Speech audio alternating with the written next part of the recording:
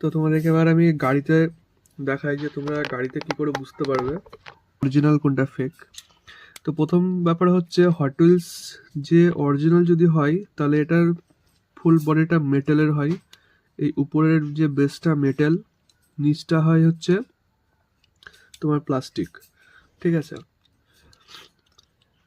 ফেকে উপরে প্লাস্টিক, নিচেও প্লাস্টিক। ঠিক আছে, প্লাস্টিক প্লাস্টিক সব। দেখো এটা হচ্ছে প্লাস্টিক। ঠিক আছে, আর হালকা, গাড়িটা হালকা, মানে হাতে নিয়ে তোমার ফিল হবে যে কোনো একটা গন্ডগোল আছে এর মধ্যে। ঠিক আছে, দেখো দুটো গাড়ি হালকা, তোমরা ক্যামেরাতে তো বুঝতে পারবে না, যদি হাতে নাও তাহলে বুঝতে পারবে। তো প্রথম ব্যাপার হচ্ছে এটা। কিন্তু এইটার যে শেডটা করা আছে, তো মানে প্যাকেটের ভিতর থেকে দেখে মনে হবে যে এটা মেটালই আছে এটা, মানে ঠিক আছে, যে কালারের স্কিম যেটা করা আছে দেখে মনে হবে যে এটা মেটাল।